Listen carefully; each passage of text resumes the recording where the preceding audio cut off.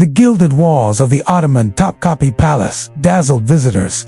But behind those walls, in the labyrinth of the imperial harem, life was far more complex than outsiders imagined.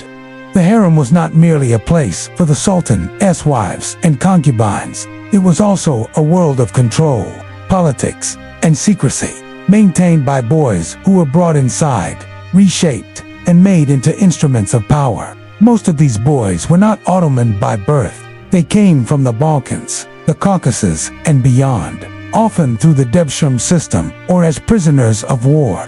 Some were sold by desperate families, others captured, and all were castrated before entering the palace. Their transformation into eunuchs was brutal, yet it was this very condition that granted them access to the most restricted spaces of empire, the forbidden harem. Once inside, their lives revolved around service. The chief black eunuch, known as the Kizlar Ağası, stood as one of the most powerful figures in the empire, acting as guardian of the harem and confidant to the sultan's mother, the Valide Sultan. Through him, petitions flowed, secrets were kept, and intrigues were controlled. A boy who rose in rank could influence imperial politics more than viziers or generals. Yet, for many, the daily reality was silence and submission.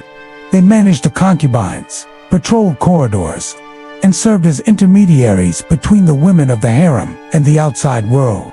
They were both protectors and prisoners, tasked with preventing others from entering the harem, while never allowed to leave its bounds themselves. But ambition simmered in those marble halls.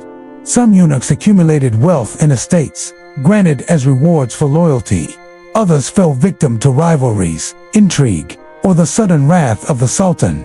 A boy who once poured wine or carried messages could one day rise to command the palace gates or vanish overnight, erased from memory. The irony of their existence was striking. Stripped of family and future, they became central to the Ottoman dynasty's survival.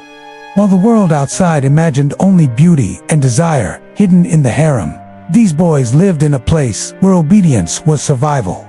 Secrecy was power, and every whisper could change the fate of an empire.